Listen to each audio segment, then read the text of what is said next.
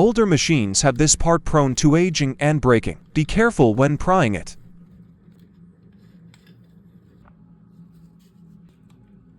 This model includes a small circuit board that must fit into its dedicated slot. The V11 variants lack this board.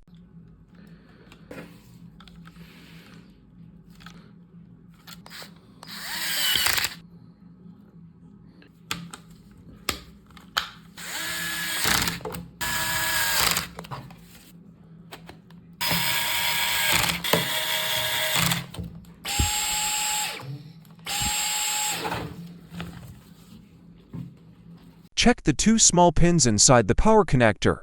Both must stand upright. The cyclone has to line up with the bin rail. If it does not, the dustbin will be hard to open and the vacuum will leak air and lose suction. Check it lines up before you put any screws in.